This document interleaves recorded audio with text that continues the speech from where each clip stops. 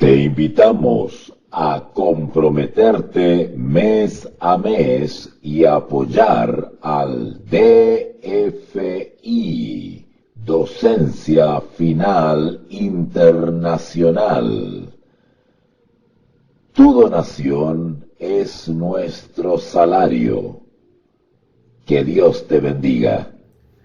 Hola, soy tu profesor Walter, nuevamente con la serie La Trinidad Olvidada.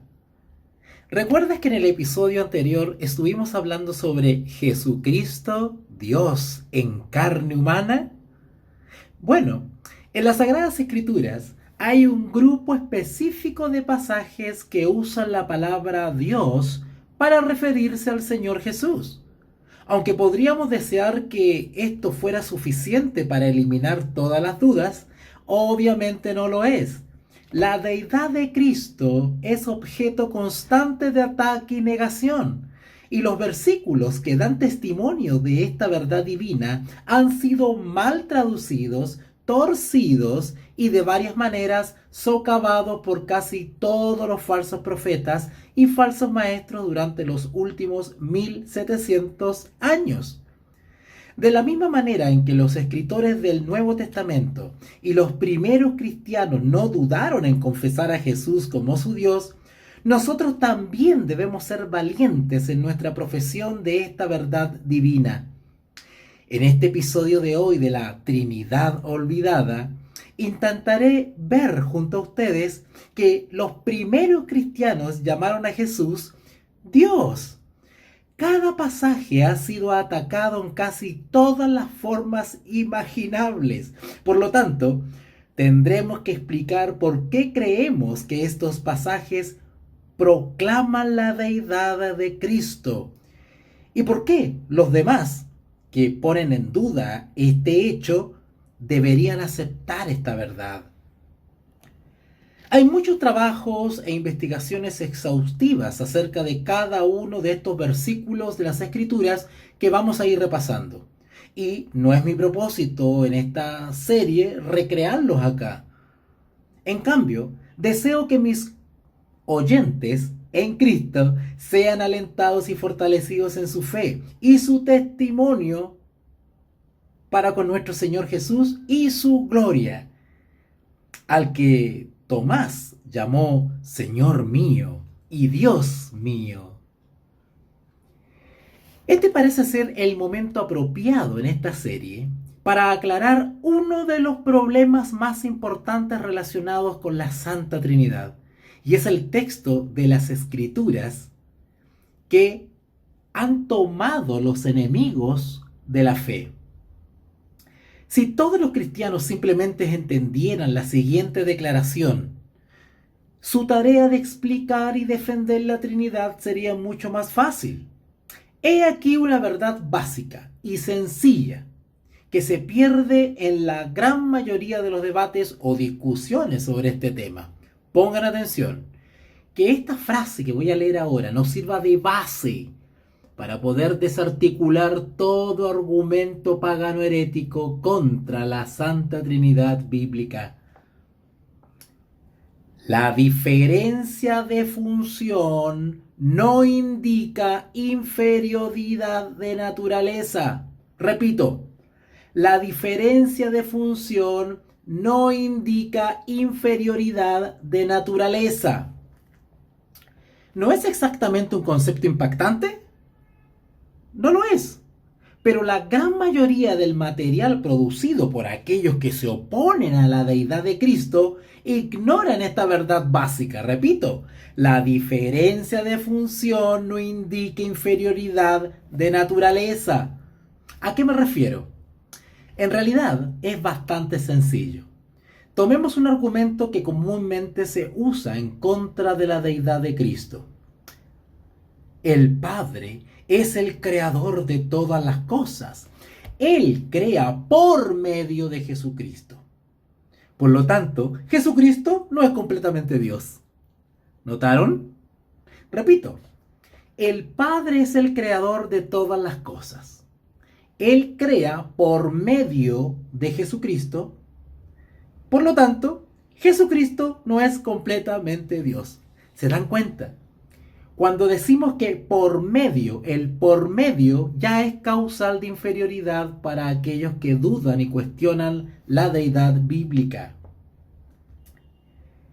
Otro ejemplo, y esta vez contra el Espíritu Santo. Leo. El Espíritu es enviado a testificar de Jesucristo y a convencer al mundo de pecado. Debido a que el Espíritu es enviado por el Padre, el Espíritu no puede ser verdaderamente Dios. Repito, el Espíritu es enviado a testificar de Jesucristo y a convencer al mundo de pecado. Debido a que el Espíritu es enviado por el Padre, entonces el Espíritu no puede ser verdaderamente Dios. Ambos argumentos comparten el mismo error. Ignoran la verdad citada anteriormente. La diferencia de función no indica inferioridad de naturaleza. Es decir, solo porque el Padre, el Hijo y el Espíritu Santo hacen cosas diferentes, no significa que alguno de ellos sea inferior a los otros en naturaleza. Veámoslo de esta manera.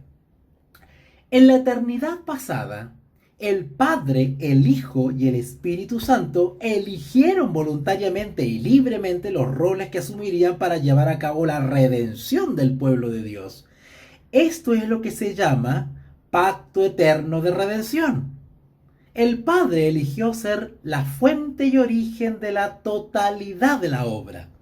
El Hijo eligió ser redentor y entrar en la carne humana como alguien sujeto al Padre. Y el Espíritu eligió ser el santificador de la iglesia, el que testifica de Jesucristo habitando dentro de cada creyente. Cada uno tomó diferentes roles necesarios. Todos no podían tomar el mismo rol y hacer las mismas cosas. Una gran parte de los argumentos en contra de la deidad de Cristo y la Trinidad bíblica llevan en sí una suposición implícita y que es falsa.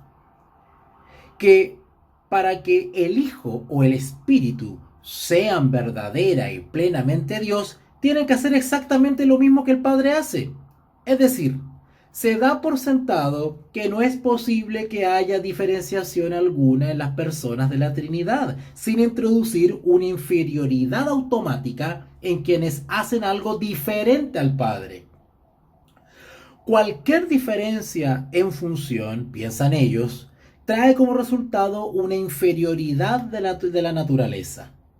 Para expresarlo de manera más sencilla, ellos, los enemigos de la deidad o Trinidad bíblica, asumen una perspectiva unitaria de Dios, que es opuesta a la perspectiva trinitaria, y dan por sentado que Dios nunca podría hacer lo que Él ha revelado que ha hecho en la obra redentora. Sin embargo, la realidad es que solo porque el Hijo asume una función diferente en el pacto eterno de redención, no se deduce que sea inferior en naturaleza al Padre o al Espíritu. El rol diferente que asume lo distingue del Padre y del Espíritu, pero no lo hace menos que el Padre o el Espíritu. Es bastante cierto que normalmente se describe a Jesús como el agente de la creación y al Padre como la fuente de la creación. Pero esto no es causa lógica para que el Hijo sea inferior. De esto solo se desprende que Él es diferente. De la misma manera, el Espíritu es enviado por el Padre y por el Hijo, pero esto solo lo hace diferente al Padre y al Hijo, no menos que el Padre y el Hijo. Cuando revisamos la retórica y examinamos realmente los mejores escritos contra la confesión cristiana de la Trinidad y la deidad de Cristo, encontramos que estos argumentos son circulares en su esencia. Ellos suponen que Yahvé es unipersonal o unitario, y luego usan esa suposición para atacar y negar toda evidencia de lo contrario. Tener presente esta singular verdad nos ayudará a evaluar los pasajes que describen al Señor Jesucristo como Dios, aun cuando lo distingan del Padre. Hay otro concepto que debemos tener presente cada vez que entablamos un diálogo sobre el tema de la deidad de Cristo. Los cristianos a menudo quedan tan atrapados en el combate o la discusión que pierden de vista algunas consideraciones básicas. Cuando nos encontramos con alguien que niega la deidad de Cristo, a menudo dejamos que se nos escape al no pedirle que defienda su punto de vista sobre la base de cada pasaje que estamos considerando.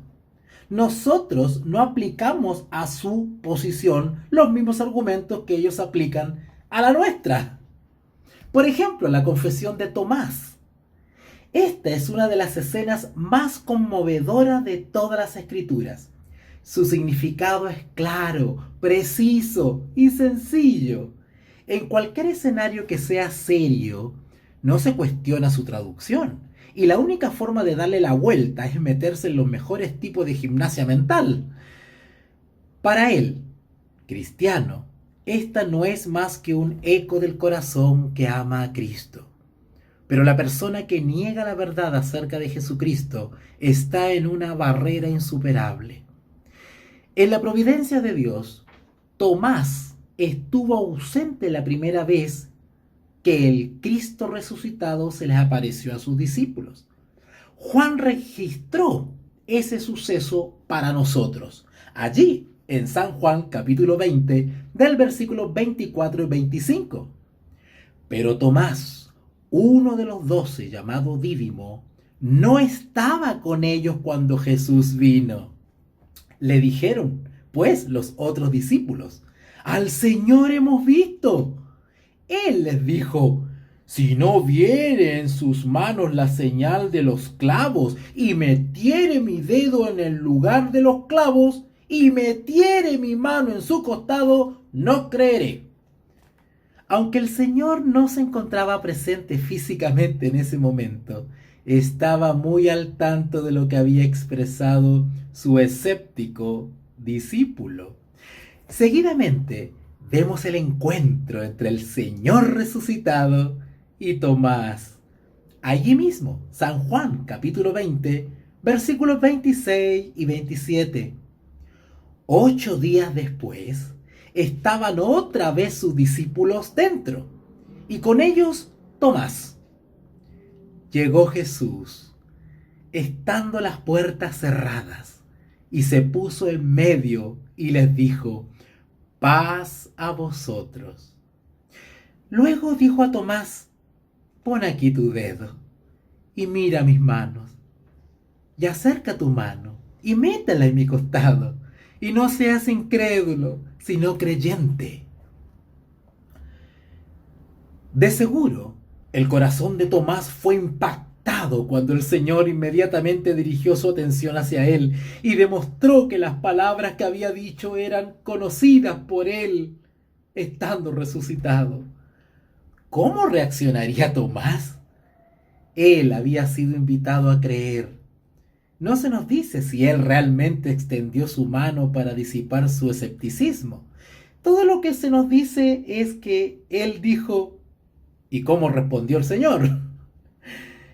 Entonces Tomás respondió, allí en San Juan, capítulo 20, 28 y 29. Entonces Tomás respondió y le dijo, «Señor mío y Dios mío». Jesús le dijo, «Porque me has visto, Tomás, creíste. Bienaventurados los que no vieron y creyeron». La respuesta de Tomás es simple y clara. Va dirigida al Señor Jesús y no a nadie más, porque Juan dice, «y le dijo». El contenido de su confesión es claro y evidente. Señor mío y Dios mío. Jesús es el Señor de Tomás. No hay duda de ello. Y simplemente no hay razón, ni gramatical, ni contextual, ni de ningún otro tipo para negar que en ese mismo espíritu Tomás llama a Jesucristo su Dios. La respuesta de Jesús a la confesión de Tomás no muestra la menor incomodidad ante dicho apelativo, Dios. Jesús dice que Tomás mostró fe, porque creyó. Luego pronuncia una bendición sobre todos aquellos que creían como Tomás, pero sin el elemento adicional de ser físicamente o de ver físicamente. Los demás creyeron sin ver a Jesús físicamente. Tomás creyó, pero una vez que lo vio. El calificativo que Tomás le da a Jesús como su Señor y Dios no recibe ningún tipo de crítica. Ningún ser creado podría permitir jamás que tales palabras le fueran dirigidas a su persona. Ningún ángel, ningún profeta, ningún ser humano en sus cabales podría jamás permitir que le llamaran Señor y Dios. Sin embargo, Jesús no solo acepta las palabras de Tomás, sino que también pronuncia la bendición de la fe sobre ellas. ¿Qué podría ser más claro? ¿No debería un pasaje así desterrar toda duda? ¿No deberíamos ser capaces de simplemente citar este versículo en su luz deslumbrante para ver a cada persona que niega la deidad de Cristo arrepentirse de su error? Por supuesto, eso desearíamos, pero el hombre busca la manera de evadir todo. Y el medio más común de evadir el peso de este pasaje es trasladando la conversación, unos versículos atrás. Noten la astucia. San Juan capítulo 20, versículo 17. Jesús le dijo, no me toques, porque aún no he subido a mi Padre, mas ve a mis hermanos y diles, subo a mi Padre y a vuestro Padre, a mi Dios y a vuestro Dios. ¿Por qué los enemigos de la Trinidad bíblica y específicamente de la deidad del Señor Jesús usan este pasaje para poner en duda la naturaleza divina de Jesús? ¿Por qué citan este pasaje? Repito, Jesús le dijo, no me toques, porque aún no he subido a mi Padre, mas ve a mis hermanos y diles, subo a mi Padre y a vuestro Padre, a mi Dios y a vuestro Dios. San Juan, capítulo 20, versículo 17. ¿Por qué citan este pasaje? Porque la verdad que les acabo de explicar se ignora muy frecuentemente. Citan este pasaje solito y no toman en cuenta los que acabo de leer. La idea que se plantea es simple. Si Jesús pudo hablar de su Dios, entonces él no podía ser solamente y realmente Dios, así argumentan los enemigos de la fe, sino algo inferior, porque ahí dice, a mi Dios. ¿Verdad? Así que de por sí, por el solo hecho que el Señor Jesús dice a mi Dios, pues le atribuyen a esa expresión inferioridad a Jesús. ¿No creen ustedes? Recordemos la máxima que les mencioné al principio. La diferencia de función no implica inferioridad de naturaleza. Aquí se describe al Padre como el Dios de Jesús, debido a que esto es así. Jesús debería ser un ser inferior y por lo tanto Juan 20:28 no puede significar lo que obviamente dice. Observemos cómo lo expresa cierto autor. Por favor, entiéndase bien. Esto parece a veces un trabalengua, pero tenemos que ir afinando el entendimiento. Los argumentos de los enemigos de la fe parecen lógicos, como que nos enredan un poquito, nos confunden. Recuerden la máxima. La diferencia de función no implica inferioridad de naturaleza. En este pasaje de San Juan 20:17 se describe al Padre como el Dios de Jesús. ¿Verdad? ¿Cómo argumentan los enemigos? Debido a que esto es así, Jesús debería ser un ser inferior. Y por lo tanto, Juan 20:28 no puede significar lo que obviamente dice. Les cito a un autor que comenta esta situación de Tomás y el Señor Jesús. Abro comillas. Tal confesión, la de Tomás, está restringida, no solo por el contexto, San Juan 20:17, sino también por toda la Escritura.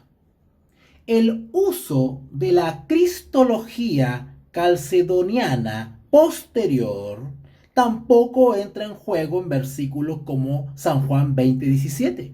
Aquí Jesús, en el mismo estado en que Tomás se dirigió a él, dice que el Padre es su Dios, nuevamente estableciendo una diferencia entre los dos en cuanto al teos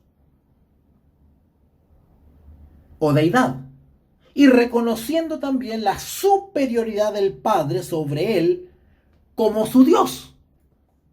¿Notaron el argumento? ¿Notaron el argumento? Parece sólido, lógico. Y justo aquí, en este argumento, vemos la circularidad de la que le hablaba hace poquito, de los argumentos de los enemigos de la deidad bíblica o trinidad bíblica que parecen convincentes.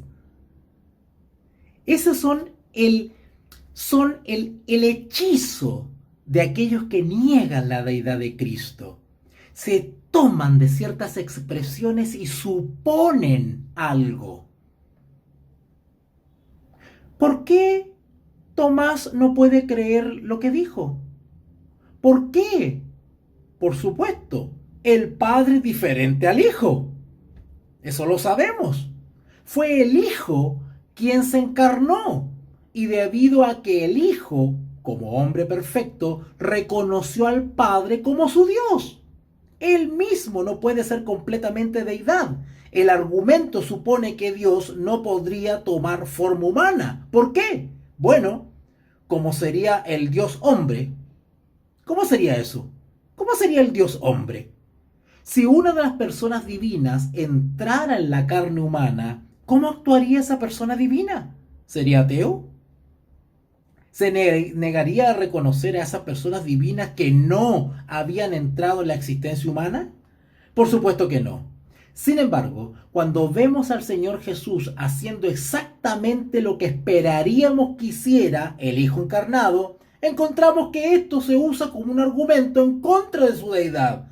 Así que quienes exponen tales argumentos ya se encuentran determinados o prejuiciados.